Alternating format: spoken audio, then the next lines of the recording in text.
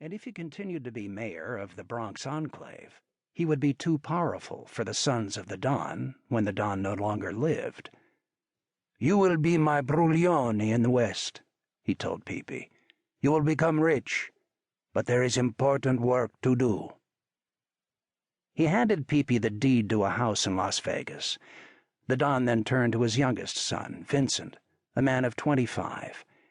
He was the shortest of the children, but built like a stone door. He was spare in speech, and he had a soft heart. He had learned all the classic peasant Italian dishes at his mother's knee, and it was he who had wept so bitterly at his mother's dying young. The Don smiled at him. "I am about to decide your destiny," he said, "and set you on your true path. You will open the finest restaurant in New York. Spare no expense. I want you to show the French what real food is all about." Pepe and the other sons laughed. Even Vincent smiled. The Don smiled at him. "You will go to the best cooking school in Europe for a year." Vincent, though pleased, growled, "What can they teach me?" The Don gave him a stern look. "Your pastries could be better," he said. "But the main purpose is to learn the finances of running such an enterprise. Who knows? Someday you may own a chain of restaurants.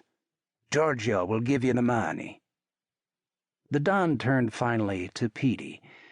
Petey was the second and the most cheerful of his sons. He was affable, at 26 no more than a boy, but the Don knew he was a throwback to the Sicilian Clericuzio. "Petey," the Don said, "now that Pepe is in the West, you will be mayor of the Bronx Enclave. You will supply all the soldiers for the family, but also I have bought you a construction company business, a large one. You will repair the skyscrapers of New York. You will build state police barracks. You will pave the city streets. That business is assured, but I expect you to make a great company. Your soldiers can have legitimate employment, and you will make a great deal of money.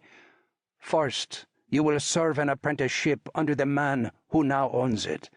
But remember, your primary duty is to supply and command soldiers of the family." He turned to Giorgio. "Giorgio," the Don said, "you will be my successor. You and Vinny will no longer take part in that necessary part of the family which invites danger, except when it is absolutely necessary. You must look ahead. Your children, my children, and little Dante and Crocefixio must never grow up in this world. We are rich. We no longer have to risk our lives to earn our daily bread. Our family will now serve only as financial advisors to all the other families. We will serve as their political support, mediate their quarrels. But to do this, we must have cards to play. We must have an army. And we must protect everyone's money, for which they will let us wet our beaks." He paused. 20, 30 years from now, we will all disappear into the lawful world and enjoy our wealth without fear. Those 2 infants we are baptizing today will never have to commit our sins and take our risks." "Then why keep the Bronx Enclave?" Giorgio asked.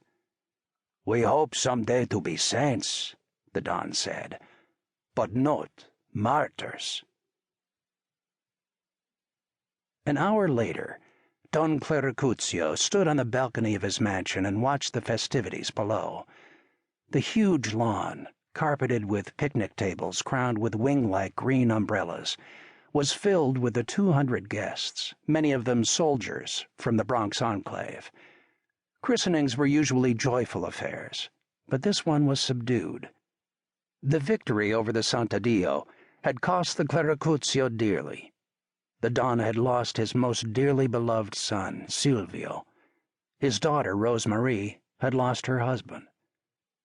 Now he watched the crowds of people mulling around the several long tables filled with crystal urns of deep red wine, bright white tureens of soups, pastas of every kind, platters laden with a variety of sliced meats and cheese.